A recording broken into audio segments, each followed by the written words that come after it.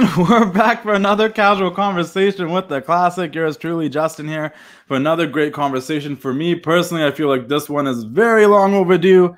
Um, Great friend, huge support of my page as I am with his page. Bodybuilder, powerlifter, entrepreneur, the creator of the famous, well-crafted Cardillo weight belt. Steve Cardillo, how are you today? Hey, how you doing, brother? I am good. How are you? First off, I appreciate you for when I started my social media. You know, you helped out. You were great. You were great help in getting me to where I am with my social media today. I appreciate that. And Right back at you though, like vice versa, the same thing. Like you reached out to me really early on when I was doing my page. And I always say that, like, I give credit to the people that saw value in my page before I even knew the value of my page. And you were one of those people, which gave me more confidence that this could be something. So thank you. And I can't even begin to, I don't even know where to start when I talk about all the times you've either been backstage at wrestling events, or you've been with wrestlers and you brought me up, or you're rocking the merchandise. I'm extremely grateful. So anything you're saying to me, right back to you, because like it's been a solid friendship and a solid partnership, and I really appreciate you involving me so much with giveaways and everything you do. So thank you. Thank you. So for the biggest thing for me when it came to this interview and why I want to do this, which I do think is very long overdue, is the fact that I feel like Steve Cardillo weight belts. It's a name that everybody's heard, they know about, especially if they're following my page. They've heard Cardillo weight belts over and over again. They participated in the giveaways. But I wanted them to get to know the man more behind Cardillo weight belts. And I know if they venture over to Cardillo weight belts, they see you doing your body lifting with the water weights and everything. But I want them to actually get to know you. And that was the purpose of this, because those that do know you know how tremendous everything you've done is already. But those that might not know you a lot, I know they've been hearing it a lot. Whether it's on my page, whether it's on the most recent Dark Side of the Ring with Brian Pillman, where Brian Pillman Jr. brought up how him and Austin got connected over a Cardillo weight belt. Like the name Cardillo continuously comes up. So I want to start off with asking you a very simple question. And I'm going to start really before we get into the whole weightlifting aspect of things, because I know this is another thing we have in common outside of professional wrestling, is what a lot of people might not know about you is you started off playing hockey. Like you're a hockey fan, like us Canadians up here. Yeah, hockey. The hockey's where it started, but I kind of went against the grain. I was a goalie, and obviously when I played, it was taboo even to lift, considering it slows you down and all that. So that fallacy is a bunch of bullshit. I used to train during hockey season. Yeah. It made you, obviously today, you know, you can't compete in any sport if you don't train with weights or do some type of conditioning. So I went against the grain. I trained during hockey, and then took hockey to I was the number one goalie in New England my junior year in high school. Long story short, the whole hockey thing kind of didn't go the direction I wanted. I took up powerlifting. From powerlifting, I designed a belt to make more comfortable. From that, I started my business. So hockey is my first love. I still mess around with it. NHL gave me the title, the world's strongest goalie. Oh, wow. Yeah, so it's cool. You know, I still love to skate, and I implement my training because now I can do new things to help, you know, hockey skills. But I just kind of mess around. But it's all good. The hockey is my first love. Was the intrigue of powerlifting and bodybuilding what got you away from hockey, or was it something else? No, when the college I went to didn't turn out to be where I wanted to go. Okay. So when I went there, I was training with weights all from the time I was 12 all the way till I got to college. So by the time I got there and made the decision not to go forward with hockey, I was already pretty strong. So within 2 years of the school, basically I was the first powerlifter to represent the school. Within 2 years, I was one spot away from All-American. So I made the transition from a pretty high level of hockey to making it to, one spot away from All-American and powerlifting after 2 years. So it was kind of they were both, you know, lifting was obviously I did it for conditioning at the time, training over to make it a sport. So the combination, I loved them both. And it just was a natural transition when I wasn't too happy with how hockey was, the direction I was going with hockey. So no, fair enough. Natural. It was just, you know, just something I did. And it was something I excelled at, both things. So here we are, you know, 5 years later with belts because of weightlifting. And isn't that such a odd, like, one of those situations? It's like, oh, if you look back at it, you're like, oh, everything kind of happened for a reason because it fell into a place where, so you went there for hockey at that school, and then you got more intertwined with the powerlifting and weightlifting, and the next thing you know, that also ended up leading you to get into the weight belt game. I was listening to an interview you previously did, and now it kind of makes a little bit more sense to me when you said, you know, your glove was your most valuable asset when you were playing hockey. Yes. Because now that I know you're a goalie, that makes a lot of sense to me. Correct. Because that is one of the most valuable parts of when you're a goalie in hockey is, you know, your glove and your stick. I think are probably the two most. Your padding's like the biggest deal. So yep. That's 100%. What made you want to develop weight belts when you started powerlifting? Say that one more time. What made you want to develop your own weight belts when you started powerlifting? Well, when I lifted, all the belts were very stiff and rigid. People think like, you know, something stiff and rigid gives you more support. That's not true. So I wanted to design a more comfortable weight belt that when I put it on, I didn't pinch my ribs and hips. Like when you get out for the deadlift, you would get bruises on your hips. It would dig into your hips and it would pinch your ribs. So I developed a belt with a kind of a little contour to make it a little softer. With that being said, I approached the #1 industrial linesman equipment company in the world and been in business for 100 years now, and approached them to get in partnership to make the belt because they made the highest quality leather goods. So the rest is history, but it all came down to basically designing a belt for myself to be more comfortable and then venturing in, you know, I'm known for the most comfortable weight belt in the world. And I have my fair share that you've sent me, and I've tried them on, and they are very, very comfortable for those that are wondering. And anyone that I've heard that's used them have always praised the comfort of the weight belts. It's one of the main things they talk about. Yes, it's guaranteed for life. It's comfortable, and it goes right back to the glove again. You would spend, you know, back then we had the GM21, GM12. You have almost a whole season breaking the glove in. So I wanted to have a belt that basically was already broken. And why do I want to waste time breaking in pads, gloves, when you can already get your belt broken in like I would have wanted my glove to be broken in? No, 100%. That's kind of the whole comfort thing. It's like a shoe, right? Like when you get a shoe, initially it's kind of uncomfortable. And that's what everyone's always like, oh, I just got to break them in. I'm sure they'll fit better after walking in them for a couple of days. You're kind of saying it should be comfortable right after the bat. It should feel like it's already broken in. I don't want to get blisters before they're comfortable. Yeah, 100%. Those Kohans on, and ooh, these things feel great right out of the gate. Yeah, that's the whole premise of it. Before we move on to like the belt stuff and just wrestling overall, I just want to say I'm guessing, considering where you're from, the Boston Bruins is your team. Well, I'm real good friends with Jerry Chivas, so I'm on the fence, but I'm also friends with Zdeno Chara. Okay. So, since Zdeno make the move to the Capitals, I got to go with Zdeno because, you know, we communicate and I respect what he's done at his age and he kind of respects me. So it's kind of same thing with Brady. Brady goes to Tampa. Gronk goes to Tampa. I'm going to Tampa. I'm loyal to the people than I am the team. Even though both teams, you know, purchase belts, my relationships are with the players, and then wherever my loyalty is with the player more than the team. But, you know, I love the Bruins, obviously. Yeah. That makes me feel a little bit better because I'm still scarred from 2011 out here in Vancouver when the Bruins whooped us in that game 6 and all of that. So I just want to, you know, we're good then. Watching the game, the Bruins look pretty damn good, man. Oh, they did. Don't get me wrong. That was probably the last year of my like major. I still love hockey. I grew up loving hockey. I got a collection of hockey cards and jerseys. Like hockey is in no sense my first love in a way too. But that was the year that really turned me off. I still watch. I still, you know, root for who I root for. It's hard to root when you don't really have a team. I hope the Canucks continuously get better, but I love hockey and I always will. It'll still be a part of me. But I just wanted to ask you that because Boston, you know, strong team. You mentioned a word that I want to touch on really quickly. As you were talking about Gronk and Chara and whatnot, you mentioned the word loyalty. And the one thing I've noticed about your brand specifically is loyalty means a lot.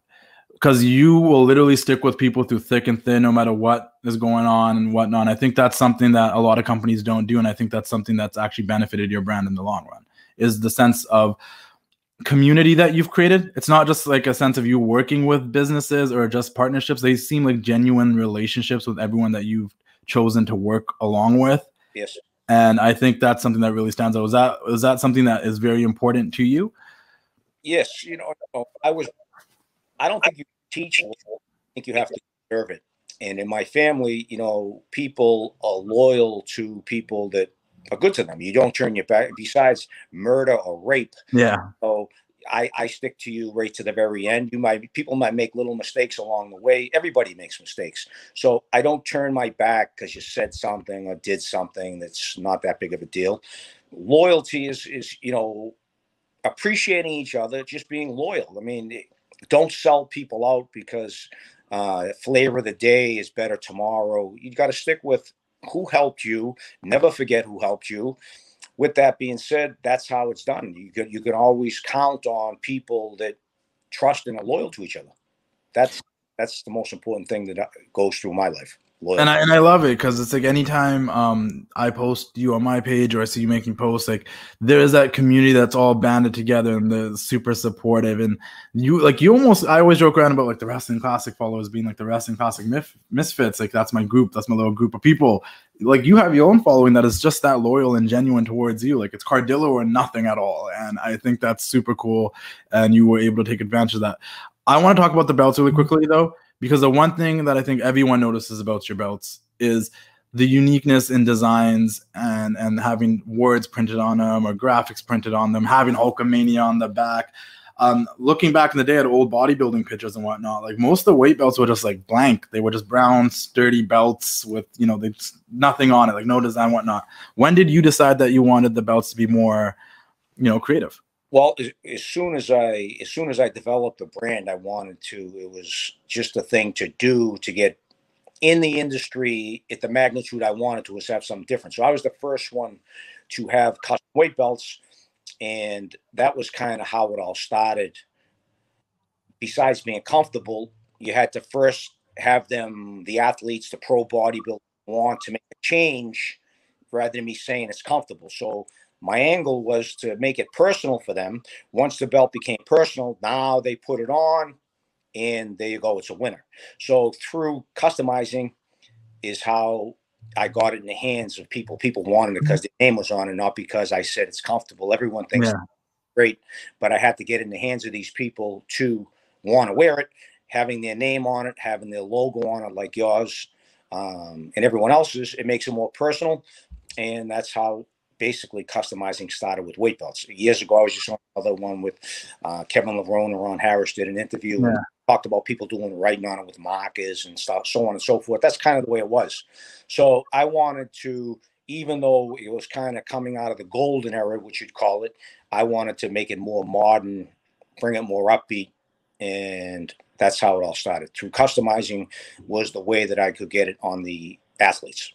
And it's adapted over the years. Like obviously, I'm guessing initially it was a lot of embroidery of whatever you wanted it to say on there. But now you moved into getting portraits on there. Yeah. There's the laser printing process. Like, what are the different ways that you can customize the belt now for anyone that might be interested in buying one? Like, I know, for example, shout out to Patrick Ganino, who drew the mural of this Macho Madness Cage Madness shirt that I'm wearing. Shout out to Wrestling for Sale. And you got this on a belt. And I got my own custom-made Macho Madness Cage Madness belt. And it was something that I don't think people could even imagine getting or even requesting years ago. So how do we get there?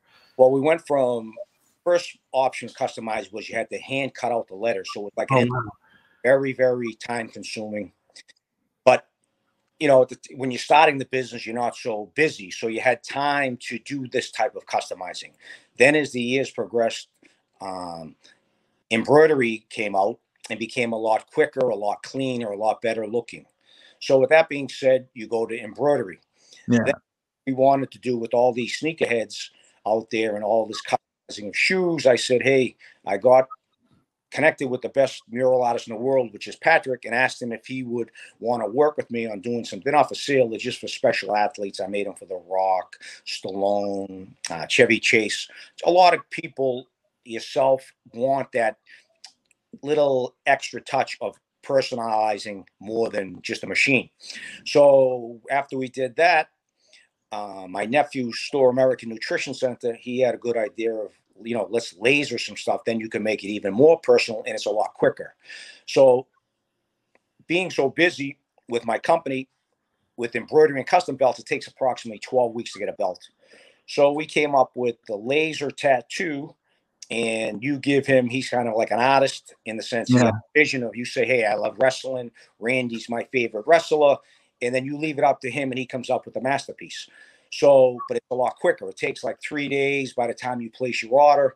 It's just it's a quicker way of customizing and getting more detail. So you just have to keep evolving to make things quicker, more personal, more customizable. And that's how it all started. So it went from plain belts to inlay belts, the embroidery belts, which still are my top seller, to Patrick doing very special ones for giveaways and special people. Now to American Nutrition Center, my nephew laser tattooing belts. So quickly just want to touch on 3 things. First things first, I need people to understand, like, Cardillo's been doing this for over, I think, almost 3 decades now. You started in, what was it, 1986? 86. Yeah, 86. So 86. So the longevity of this brand, and it's still here, and it's still like the top of the market. And we're going to get to why as we talk about the people we've been able to work with in a couple of minutes here. But you got to understand, like, so when he's talking about we started with having to cut out the letters and put it on there, we're talking about the 80s. So that was like, being creative and being proactive at, this new business that he was starting. How can we do this, and which is the best way to do it? And to everybody that's out there that might have started a business, the hours you put in at the beginning with your own hands to try to make this stuff work. So I admire that, and that's huge. The second thing I just quickly want to touch base on before we move forward to my next question is where you guys are all based out of Boston, right? Your nephew's store and your store? Yes. My showroom store. Okay, yeah. So that's, if you guys are interested in going to see or going to grab a Cardillo weight belt in person, you can go, go stop by the shop and you can grab them from there as well as we'll talk about in a bit, Hogan's Beach Shop and stuff in a little bit. But I want to ask you this question first now. Yep. You dropped a few names there, like Stallone and The Rock and Hogan. And I'm just curious, from my perspective, like, I'm sure you'll probably remember, like, who was the first either like professional athlete or celebrity that you were able to create a custom belt for, and how did that opportunity come about? Well, probably the first was Paul DeMeo. Okay. And, so both of them were both deceased, but both of them were from the Boston area, and both of them were like very high level, and Jay Cutler, who was Mr. Olympia. So the 3 probably top bodybuilders at the time, the top 10 in the country, obviously Jay Cutler was Mr. Olympia, were from around here. So it was kind of easy. It was an easier way to get it in the hands of these guys, just like, today the Boston Masters from here. There's a lot of big bodybuilders from Massachusetts. So, but it went quickly over to wrestling. That's basically how my business really took off, was through wrestling, because what would happen would be they all used, when they came to Boston Gardens, they would hook up with my friend Pacatino, who owned World's Gym in Somerville. So they would come down either before the match. Some of them would come down after the match. I'd get the call from Pat, hey, Steve, Hulk's here, Randy's here. They want a belt. Come on down. So I would go down. It'd be after hours. No one would be there. Would size the guys up. They'd tell me what they want. And then I had the opportunity to train with them. At that time, I was at the peak of my strength. So it was a great camaraderie, because not only did I make a weight belts for these guys, I got to personally know them through training, and they respected my strength. I just respected them for who they are. So I built all of my beginning of my business was relationships, and the 2 biggest ones were Hulk and Randy, because those guys were wearing the belts on TV. Yeah. So back then there was no social media, there was advertising, and there was obviously television, which is still, still the major platform. Yeah. Today, if you're on TV. So by having my belts be on TV was a stepping stone to get the brand out there. Then more bodybuilders wanted them, because, I'd be out in LA at Golds, and I would, this all started grassroots, one person to another person, a lot of time, a lot of relationship building, but it was hands-on. Now it's different, but back then I would have to go to LA, I'd have to go to Texas, I'd have to go here, I'd have to go there to get these belts on these people trade shows. The Arnold Classic, I was there from day one. So that's how it started, but it all really started from wrestling till this day. Everyone in the industry, in the world, basically, some way or another, like George Steinbrenner, I met him through a wrestling match coming down. He wanted, his grandson was a big Hulk Hogan fan. Yeah. Invites me into his box. We're friends. I make them for the Yankees. I make belts for him, for his grandson, and one of Hulk's belts. Everything's come back full circle. Somebody loves wrestling some way, either the nephew, grandson, kids, themselves. Everyone loves wrestling. No, 100%. And I think it's really fascinating how, in a sense, like, first things first, for anyone that's a huge wrestling fan, you guys know how often and how frequent and how important the Boston Garden was to the wrestling world in the 80s and the early 90s. Like, that was like the secondary spot from Madison Square Garden for them, almost, in a sense. Like, that's where they had some of their most. That's where Macho Man Randy Savage first won the Intercontinental title from Tito Santana in 1986. Like, that's one of those moments that happened in the Boston Garden that people always remember. So it was a big spot, but I just find it fascinating how, in a sense, obviously back then it was different. There wasn't social media, and people couldn't email or text out to you to ask for about that. You would have to get connected through people so wrestlers could meet up with you and get a belt. But in a sense, like, that still happens to you today. But now it's just kind of sometimes through text messages, DMs, and emails and whatnot. But like, till this day, there'll still be wrestlers that are like, hey, how do I get a Cardillo belt? Like, it's still a thing that's like almost become like a traditional staple in the wrestling industry that, like, I'm sure on all the times you've met with wrestlers to hand them off belts that you've made custom made for them, someone's probably made the slick little joke of, oh, I got a Cardillo belt, I must have made it now. Like, that has to be a thing. Like, well, it kind of, it's a good stigma, but like now, you know, even today, people feel like they have to turn pro before they can get my belt. My deal is, you will be turned pro quicker if you wear the belt sooner. There you go. But that's kind of what it is. But yeah, once the boys make it to the big time, usually the WWE, Sheamus is, you know, they kind of go through Sheamus sometimes because he's an advocate of my weight belt. It's just, you know, it's just basically guy telling a guy, another guy, you know, and that's how it branches off. But definitely Hulk and Randy were the main facilitators of all this when it first started. Yeah, and 100%. And for those fans that might not remember, I wish I had some pictures saved to pop up here. I should have done that. But like, if you remember back in the 80s and the 90s, when Hulk would wear that weight belt, and he did in the WWF too, when he'd wear the full red gear, but he'd have the weight belt on. But more prominently in WCW in the 90s, when Hulk and Savage would be there, and it was pre-NWO and even NWO, and they'd have the weight belts, and Hulk would take off that weight belt and he'd start whipping his opponent. Like, that was a Cardillo weight belt.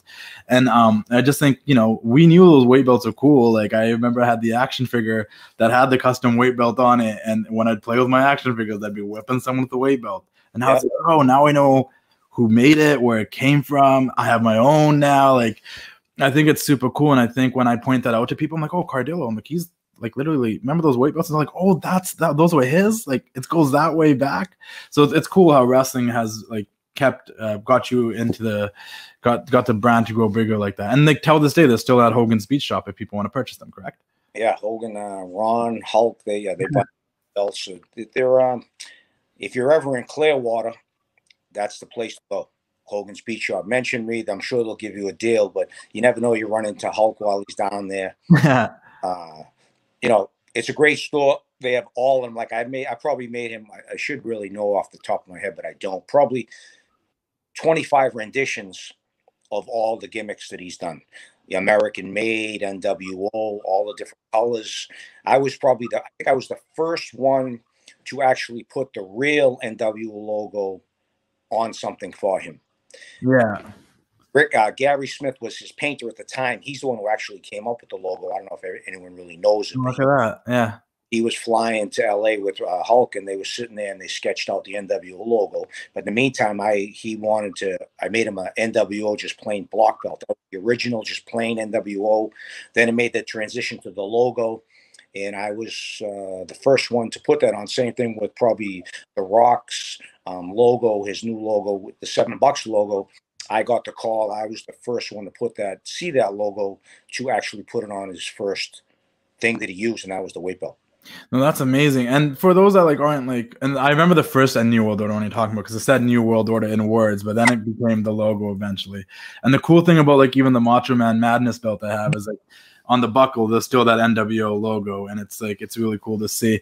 But I just want to put things in perspective for those that are listening. Like, you've worked with a plethora of superstars over the year, from Hulk, Randy, I'm guessing the Road Warriors, Austin, The Rock, Pillman, up until the modern era, where I've got pictures of you rocking the Wrestling Classic, giving belts to Sheamus, to Shinsuke, to Fandango, to Charlotte, to Sasha, to even the women today. Like, you've been making weight belts for wrestlers all over for like the longest period of time. And I also want to point out, like, yes, these weight belts are for women as well. If you're a woman's powerlifter or bodybuilder, you want a Cardillo weight belt.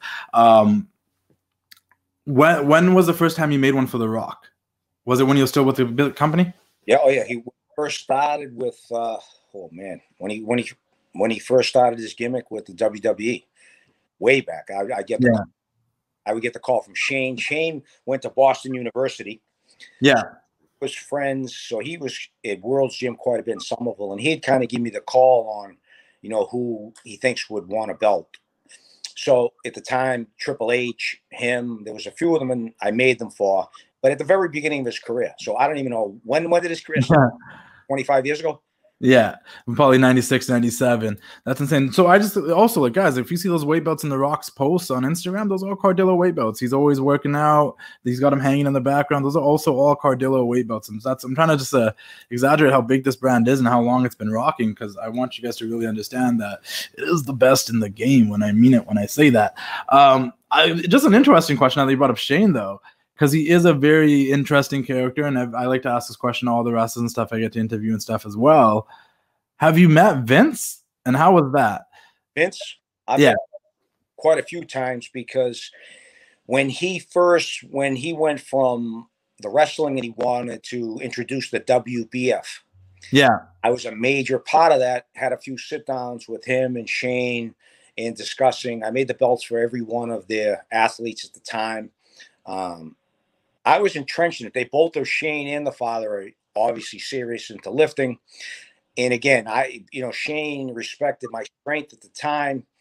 And, obviously I respected everything about them. So I'd get on the stand fit all.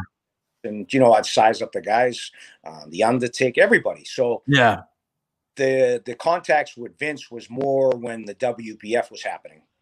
So those that don't know, the WBF was when Vince, I believe it was like in early 90, around like 92, 93, he wanted to start a World Bodybuilding Federation, which was more focused on bodybuilding. Really, it was like not really anything to do with wrestling, but the wrestlers were going to be involved in it, like Lex Luger and whatnot. So that's what that was. If you're wondering what the WBF was, it didn't end up happening. They didn't go through with it fully. But did you ever work out with Vince? Did you ever have a moment where you worked out with Vince? No, never worked out with Vince. I worked out with Shane. Yeah. Vince was kind of not an untouchable, but, it was a business meeting. Very respectful, always said to have everyone show me around, give me anything I wanted. They gave me basically carte blanche of the place when I was there, but he was kind of training on his own. He'd do his own stuff, where Shane was more training with the wrestlers. We're training Somerville. He was more out there. He was young. Stephanie was the receptionist. When you came in, she was like 17, 18. She was the receptionist when you came in.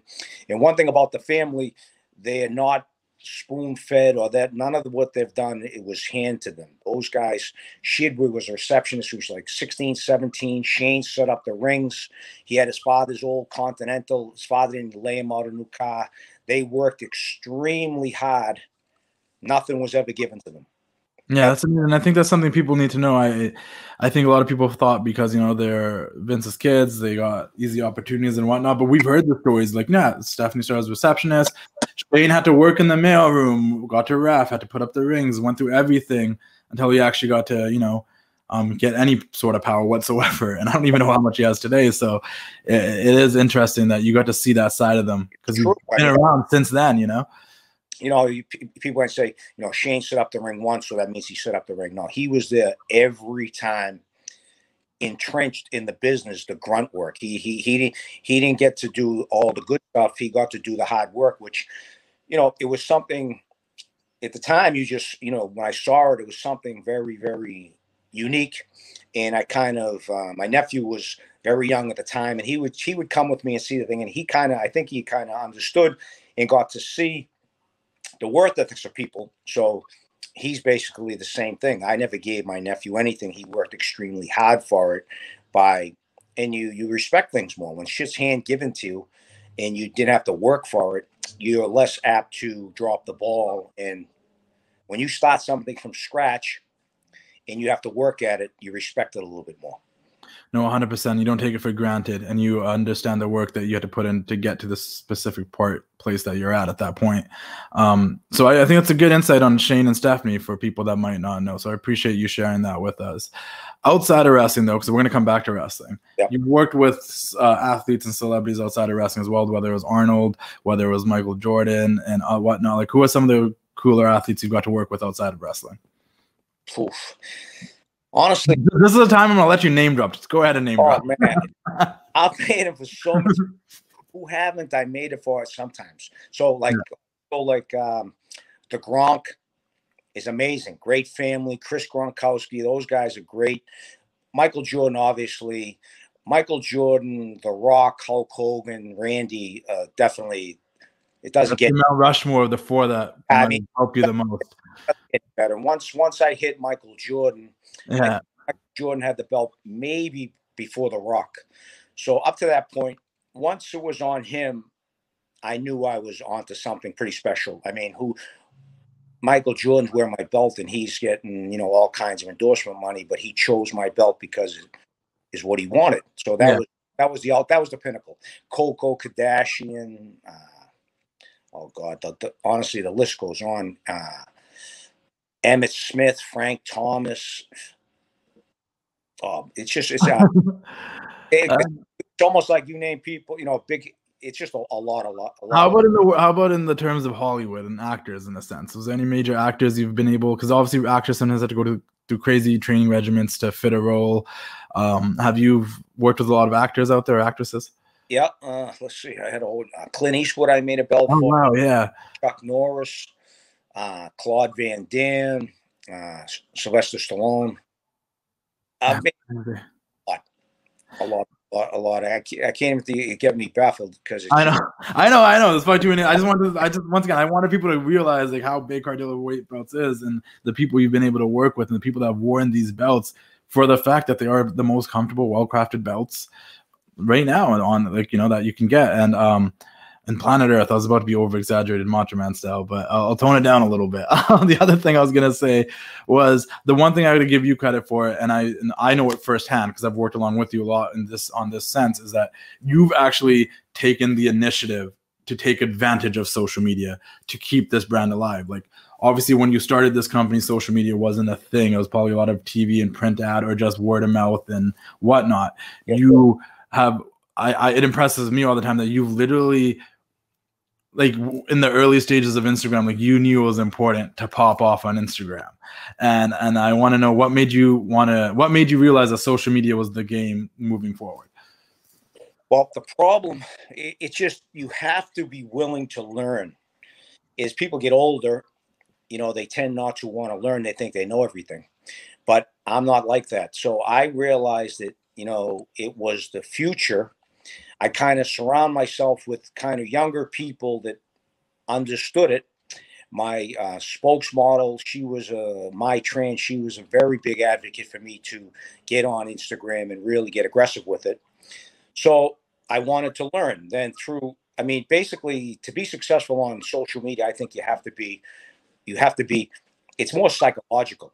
Yeah. You realize how many people in the world are self-centered and how many people are giving. Yeah. It doesn't cost anything, nothing, zero, no money at all for me to, give you a shout out.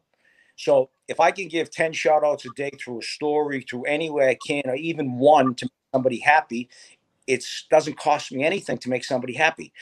But you have self-centered people that don't want to help other people grow. But I know you helped me grow. Now, I'm trying to turn around and help you grow. Yeah. You were much stronger you're still stronger, but I mean, my following was nothing compared to yours. Now my following is a little bit greater. So now I want to help you because you helped me. It's just about helping. 100%. So it's a perfect platform for me to help people who started. I wish I had this. I wish I had this when I first started, but I didn't. So you know, it's the greatest thing on earth if you're a giving person, but it also is going to expose you if you're self-centered, which I hate to say it, but there's probably 80% of the people on social media are self-centered. It's horrible. No, it's true, and it is a good way of, for I can say from my behalf personally too as well. It's made networking a whole different game. Especially, I've noticed it a lot more during this pandemic, because in the past there would have been no way to talk to someone unless you were in their vicinity. You could meet up with them for a meeting, like you could hop on a call or whatnot. But to keep a consistent conversation or relationship going, for example, you and I, for example, we'll use that because that one's obvious right in front of us. If we didn't talk for a couple of months or something because we both got busy with our lives or whatnot, but I showed some love to Cardillo either on my Instagram story or on my page, like that relationship is still continuously there, and there's that like reminder of it as well, which I think is a cool thing. Or vice versa, if you like show love to me out of nowhere, I'm like, oh, that was dope, that was nice of him to do, like, you know what I mean, like, and it keeps that relationship there, where I think that's another really cool thing about social media as well. But I also like the fact that you were able to adapt on it from like you genuinely get creative with what you're posting on social media. Like obviously when you first hopped on, there was a lot of showcasing the belts, showcasing the people that wore the belts, old publications that you were when magazines or articles are written up about Cardillo, like you were sharing that stuff, which you still do. But then you would like go above and beyond, and now we go on your page and you're doing all these like extremely unique weightlifting videos, whether you're outside jumping in ice ponds or your water weights. Like, how did you decide that this was stuff that you want to showcase? Because some of that stuff started going viral. Yes. So basically, I've been training like kind of different since I started. You know what I mean? It was just something, when I first started, I didn't have weights. I'd come up to my cottage. My father would give me 5-gallon buckets. I didn't have weights. I'd curl buckets. Then I decided, hey, I like doing drop sets. I punched a hole in it. So I've been doing really these drop sets for over 35 years. But the long story short is I wanted to be able to practice what I preach. Yeah. I train. Belts don't weaken your core. That's all a fallacy. So I wanted to just show I use my belt. I don't say I use a belt. I use my belt. I perform with my belt. So it was just something that I would show some workouts. And like you said, some of the stuff went viral. And when it went viral to, Sports Center, NHL, Barstool, that took me to the next level. I mean, how many belts can you show before it gets, okay, another belt, another belt. You have to make it interesting. So the problem with social media, people will find now that they're going to start to run out of content. So how many friggin' deadlifts can some guy do who deadlifts 900? That gets to be old. So now it becomes, it looks like a circus act. I don't, some of the stuff I do kind of looks kind of out there, but that's kind of the way I train. So I'm not doing tricks for clicks. This is how I train. But people are going to run out of content. I have so much content. That I could never run out, because I can just go on and on and on and show the belts that I've done, the people I've been with, the relationship I've had. So it's just strategically doing your content. That's, people say just put up what you want. That's all bullshit, man. You got to really think about what you want. I kind of look at everything as social media is almost like a restaurant. I can tell you to go to a restaurant, but you go into the restaurant, the food's no good, you're never going to go back. No, 100%. So you have to have good content. So I say, go check out the Wrestling Classic. If you like wrestling, this is the guy. You go to your page. If your content is no good, well thought out, they're going to leave your page. But I can't keep them there because your restaurant isn't any good. Then you have competitors creeping your page. It's like walking down Newberry Street to a competitor from Under Armour isn't going to go in a Nike store, but at nighttime when the lights are on, they're going to peek in and see what they're doing over there. And steal your content and steal your ideas. Trust me, I know. There's so many wrestling pages now. It's ridiculous. Just because you have X number of followers doesn't have X number of eyes on your page. Yeah. So I'm not worried about the amount of followers that I have, which, obviously you want to build your following. The ultimate goal is how many people are seeing what you have. Engagement is everything. Exactly. You want people to comment, you want people to like, you want people to want to come back and see it again. You don't want them to come there, see it, and then be like, I don't need to follow this page. I've seen all I need to see. Also, in the great words of Eric Bischoff, content is king. Like if you have the content and you're continuously creating content, then you're giving people more reason to stick around and see what's going to happen next or what you're going to post next. And also, you got to pick up on trends. You got to see what's working, what's not working. You got to see what people are talking about, what aren't talking about, or is asking questions better, is posting these type of videos better. I mean, I genuinely look forward to going to your page and watching your workout videos, because there's stuff you've done that I've never seen before or anybody do. And I'm like, oh, this is cool. And anyone that wants like a full version of one of these workouts, go check out Seamus's YouTube channel, Celtic Warrior Workouts. Yeah. Seamus, you had Seamus come out there and work out with you. He tried the whole water. How did he handle it? How did he hold up with your style of workout? He was really good. He was he wasn't gonna quit. Obviously, you know, he came to my hometown, so I wanted to make the workout great for him. So we did our workout, and yeah, he went the distance. The one that puts a hurting is the Rock stunt double, Tenowai, the Samoan stunt. Yeah. When him and I get at it, it's a battle. He's a big dude. He probably tries to compete with you, right? That Samoan stuff is hard to beat. Yeah, for sure. But that being said, guys, go check out Seamus's YouTube channel. He's a great dude, and he has all those old workouts with all the wrestlers and stuff. You have great relationships with wrestlers, and obviously, my favorite wrestler of all time is the Macho Man Randy Savage. When I saw him as a little kid, I remember first seeing him, and he was all colorful in his colorful costumes, and I was like a little kid. And I'm like, that guy is interesting, and I like him from his voice, his look, and everything. And I just always grew up being enamored with the Macho Man. Like, that's my favorite wrestler. Hands down. I end every podcast and thing that I do with an "ooh yeah, dig it" on purpose, because Macho Man's my favorite. You had a genuine friendship with the Macho Man. Yes.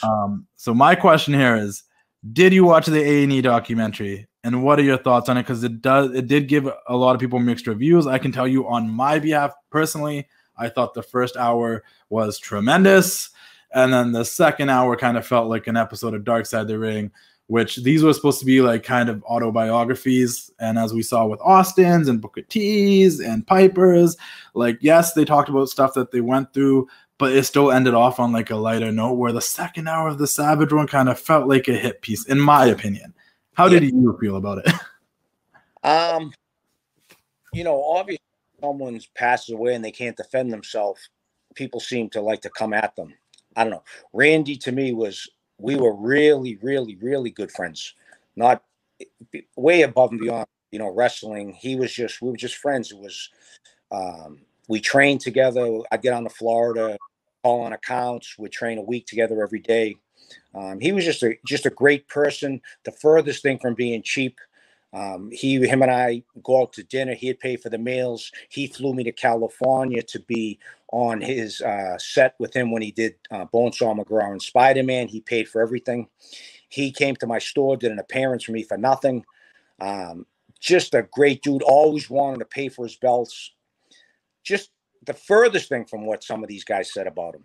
But otherwise, you know, just a great guy. I mean, just a great person. He never won. They were, at the time, there's a little feud between him and Hulk, and he said, this is between him and Hulk. He knew I was friends with Hulk. He didn't make me choose any sides. He just said, it's between him and I. You keep your relationship, and him and I will deal with our relationship. And it was great, and he never pressured me for anything. So I remained friends with both guys at the same time. And again, they were both very, very important to me at the start of my business, and I will never forget it. No, 100%. And did you ever get the opportunity to meet Miss Elizabeth, and how was she? I met her when they first came to World's Gym in Somerville. I met her. He is very protective of her. So she would be out kind of at the juice bar waiting there. She would once in a while get a workout in, but basically she would just kind of wait there for him to be done. I'm just going to say this once again from my perspective. I don't know. I don't know what the locker room is like today, but I don't know about back in the day either. But I would say if I had my wife on the road with me, I'd want to keep her away from the boys too. Personally, yeah.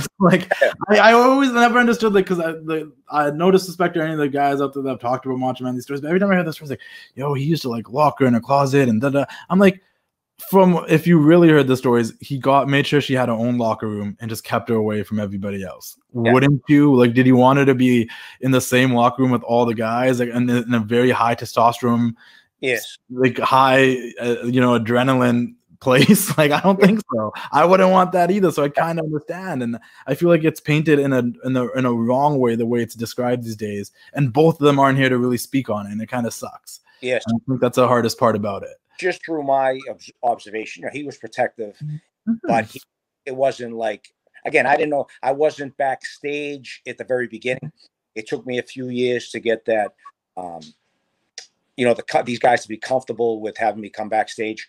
So probably 2 or 3 years after I started meeting these guys is when I started getting backstage. So I didn't get to see her backstage, but I got to see her at the gym with him, and he was just, tell her to wait over there, and she'd have a protein drink or whatever while he was training, and then they would connect and they would leave, and both very nice to me, and that was the end of it.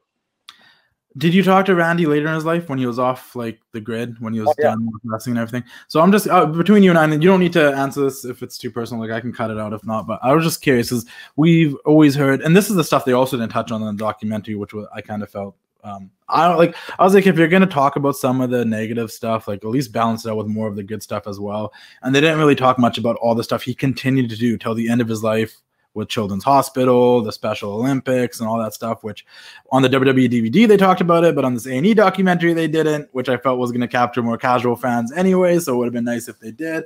To wrap it up, then, I guess, like, for you, like, how do you, as someone that was his friend, that had a close relationship with him, that got to hang out with him a ton, how do you remember Macho Man Randy Savage? Like, if you were on that documentary and they asked you to give your final thoughts on Macho Man before they wrap that up, what would you have said? I'll give you a quick story that's really blows my mind. He had the necklace he had on the documentary. He had okay. I asked him, I said, this was later on. I said, hey, Randy, you mind if I borrow that necklace? I want to get a copy of it. So he said, sure, I'll send it up to you. He overnights it to me. I'm wearing the thing for like a week, just banging around with it. So I take it to the jeweler, and the jeweler said, hey, this thing is platinum. It's worth about 30 grand. I said, give me the chain back. I took the chain back. I sent it back to him immediately.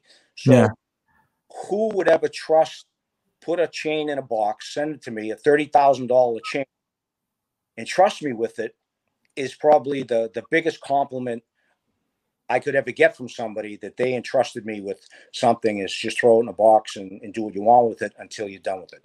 So needless to be said, I took it right back, sent it back to him, because I was just running around with it for a week before I went to the jeweler. Jeweler tells me it's platinum. I wanted nothing to do with it. But that's how much trust factor that we have. That kind of my whole relationship up with him, where he was just that guy. He was giving. He seemed like a really giving person. Very. Again, like I said, he gave me. He flew me out to California to be on the set. I was on the set when he was doing Spider-Man. Yeah. He would go in the morning, would go down to, would be in Tampa, would be in Clearwater, and would go to IHOP, and every morning, he'd pay the bill. He would pay.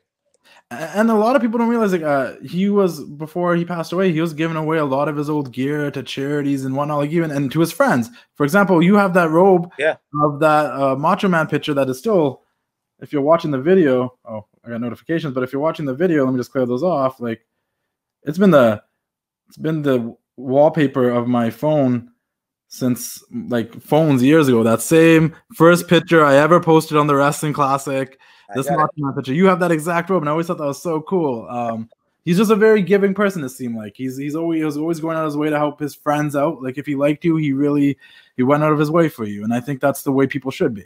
Exactly. I don't know why he gets such a bad rep sometimes. I just think that A&E documentary didn't sit well with me, because other than that, he has a pretty good rep and a lot of people like him. But yeah. At the end of the day, he was a great person, and I have nothing bad to say. And this isn't just because we're talking about it and I'm trying to good light. It's the real deal. What I'm telling you is the truth. It's not, I don't have to make any of this up. If I had something negative, I just wouldn't say it. But there's no negative. He's the one wrestler I wish I got to meet that I never really got to meet, because he is my all-time favorite. He always will be. I got Macho Man portraits that fans have sent me that they drew because they knew I'm the biggest Macho Man fan. Like, one wrestler I wish I really got to meet. Big fan, always will be a fan, and I'll always support Macho Man, even if that's a little biased. The Pillman knowing him like I did, he'd love you. He would get you content for your page. He'd give you an interview. He was a very, again, I don't know, man. He was giving. He wasn't self. My store, flew up, did an appearance, got in the plane, flew home. He wouldn't take any money. That's crazy. How do you feel about the Dark Side of the Ring with Pillman? They mentioned you in that one as well. He was another one. I met him at the Arnold Classic. All that stuff about him being crazy. I don't know if he's crazy, not crazy. He was down to earth, super respectful. I didn't know him that well, but, you know, made his belt, had some communication while the transaction was going on with Belt. And just from my meeting him, he was just very, very respectful and just a nice guy, you know, kind of low key. I think people really did get confused between him and his character. I think there was, I think he was so good at portraying his character that people actually started believing the crazy situation, when I think he was playing everybody from the office to the boys to the fans. Like, he was playing everybody. He was what Heath Ledger did to the Joker in The Dark Knight before Heath Ledger ever did it. Brian Pillman did it first in the wrestling world. And I think that's where people get a little confused when it comes to Brian Pillman. Yes. Is there anything else you wanted to add? I was gonna maybe ask you about the relationship with Hulk and how grateful you are for that, because I think that's something that's been strong forever. Like, I don't think you can walk in. I don't think you can walk into a Hulk shop without seeing those belts. And I know people, every time I post about it, you're like, oh, I saw those at Hogan's shop. Like, that's something that's been strong for years, correct? Correct. I mean, Hulk has been, he's the man. You know what I mean? Anything I ask of him, he never says no either. He gets big money for an appearance. I asked him to do me a favor for one of my friends, be on his television show. He spent 2 days with the guy.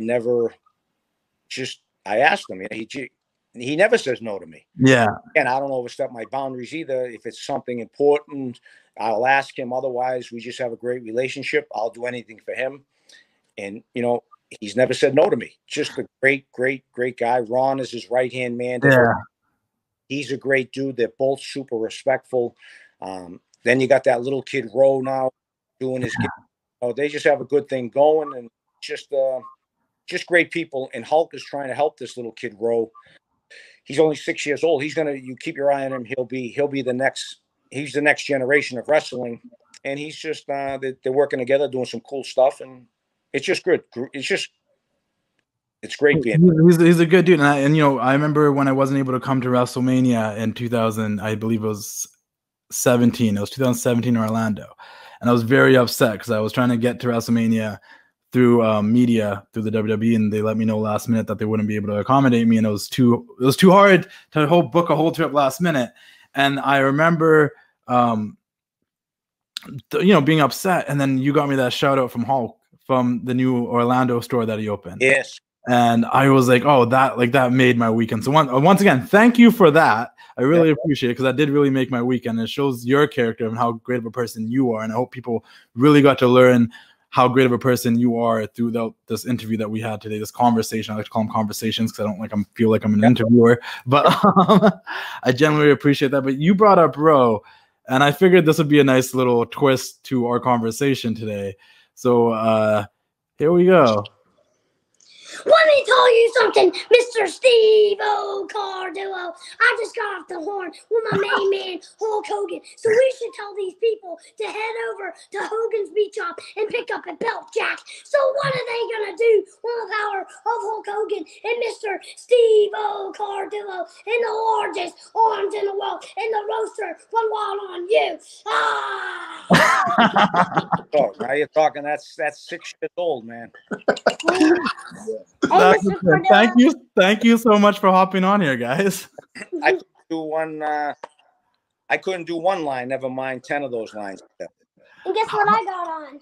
Yeah, show him, brother. And you better never take it off. There you go. He's got his own Cardillo wave now. There you go. He's the man. Yeah, I appreciate you guys coming on here, Ro. Nice to meet you. So nice to meet you, brother. Nice to meet you. So we're going to jump off here. We just want to surprise Mr. Cardillo. Tell Mr. Cardillo we'll talk to him later. Yeah, thank you guys for doing that. I appreciate it. Brother. See you, buddy. Bye. Bye. See, like I said, he's the future. Yeah, I messaged them right before we started recording. I'm like, hey, do you guys want to do me a quick favor? I'm going to be interviewing Steve. Do you guys want to come on here and cut a promo? I'd really appreciate that near the end. Like, we got you.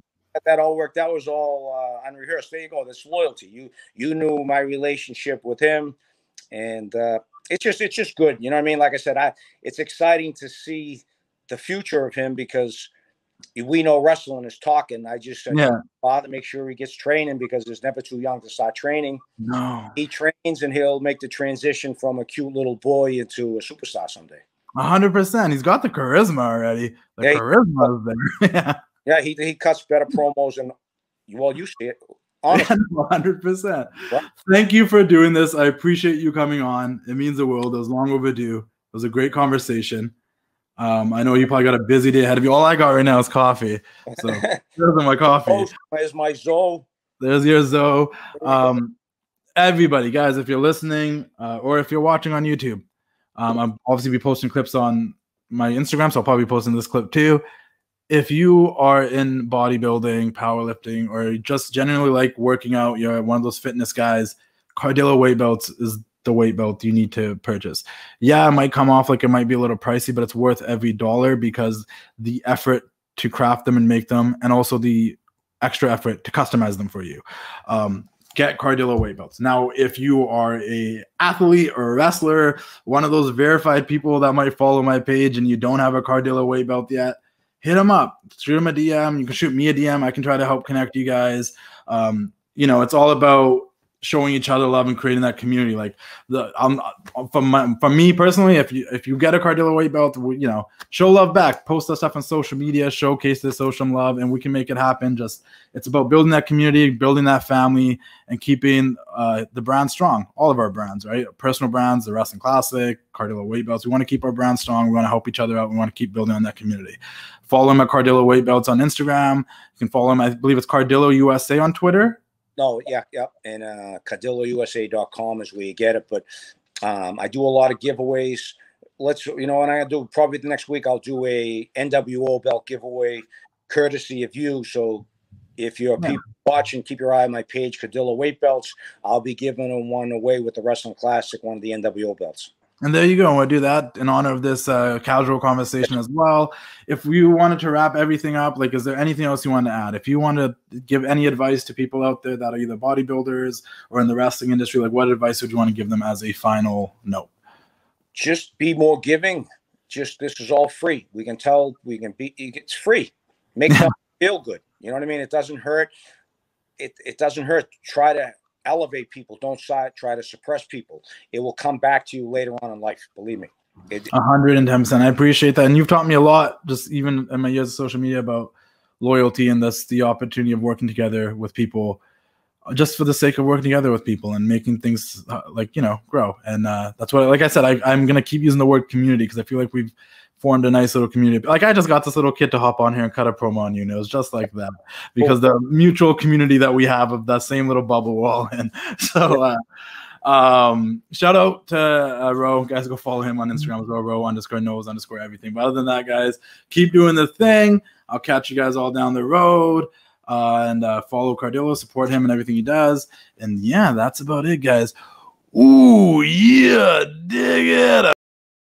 It's time to say goodnight. We sincerely appreciate your patronage and hope we've succeeded in bringing you an enjoyable evening of entertainment. Please drive home carefully and come back again soon. Good night.